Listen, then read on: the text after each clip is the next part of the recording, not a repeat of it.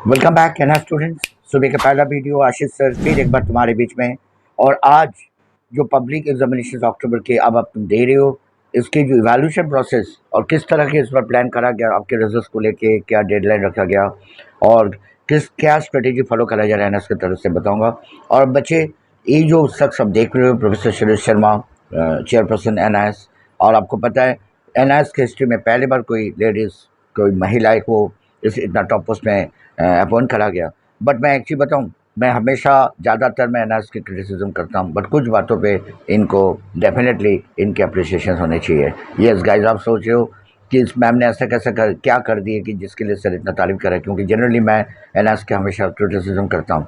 क्योंकि देखो, healthy criticism हमेशा होनी चाहिए, क्योंकि अगर आप सारी चीज़ें वाह करोगे तो नेचुरली आप आगे बढ़ने का, क्योंकि प्रॉब्लम होंगे, प्रॉब्लम एरिया को अगर इंडिकेट करा जाएगा तभी उस पर स्कोप होता है आगे बढ़ने का, अदरवाइज हम एक जगह रुक जाएंगे।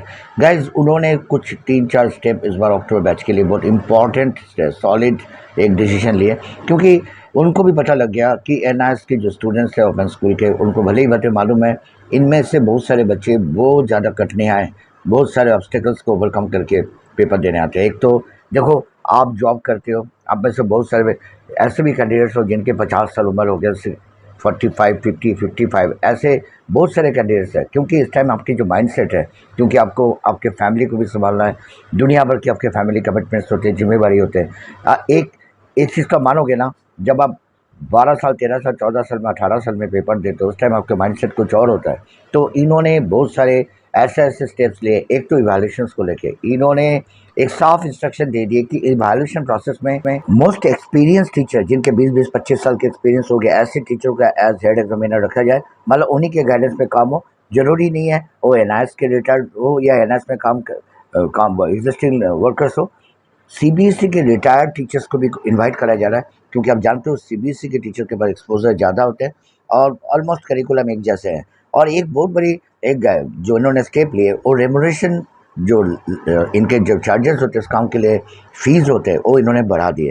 ये बहुत दिन बाद हुआ है, क्योंकि देखो एनआईएस में वैसे सच आपको मैं फ्रैंकली बताऊं, सैलरी बहुत अच्छे नहीं होते हैं, और ऊपर से इनके इस काम के लिए फी जो चार्जेस दिए जाते हैं इवैल्यूएशंस के लिए, 15-20 रुपये के एवरेज होता है। तो एक ना क्वालिटी जो काम का जिसे बोलते हैं वो नहीं हो पाता, कंप्रोमाइज़ होता है कहने, क्योंकि टीचर्स की एक टेंडेंसी होता है जितना कम समय में मैं ज़्यादा कॉपीज़ कर पाऊँगा, मेरे उतना ही रेमुनरेशन बढ़ेगा, क्योंकि रेट कम है। बट उस बात के ख्याल रखा गया, इस बार रेट बढ़ा दिए गए।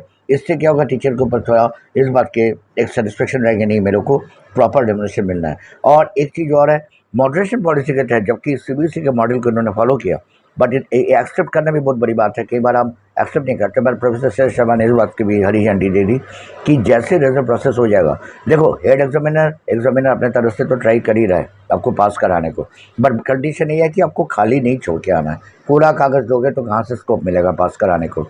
बट ये जो मार्किंग स्कीम आपको फॉलो करा, हम देख लो, पासिंग मार्क अलग अलग लेने हैं आपको, अलग अलग सब्जेक्ट के। इन्होंने क्या प्लान किए कि अगर पर्टिकुलर किसी सब्जेक्ट में इस साल पता लगे कि रिजल्ट एकदम से डाउन चला गया, जो इस सब्जेक्ट में पिछले साल इससे के बेटर रिजल्ट होते हैं, जैसे मानो पिछले साल 70% रिजल्ट होता है, इस बार 40% रिजल्ट हो रहा है, तो ऐसा नहीं करा जाएगा, एक मैचअप करा जाएगा, 70% के नियर बाय लाया जाएगा परसेंटेज को। ये एक बहुत बड़ी स्टेप है। ऊपर से कोई पर्टिकुलर सेट 1, सेट 2, सेट 3 में से कोई सेट खड़ा, थोड़ा डिफिकल्टी लेवल हाई हो जाए, तो बाकी सेट के कंपैरिजन में एवरेज निकाल के इस सेट के बच्चों को भी उतना ही मार्क्स दिए जाएंगे, सो दैट ये भी प्रॉपरली पास हो जाए।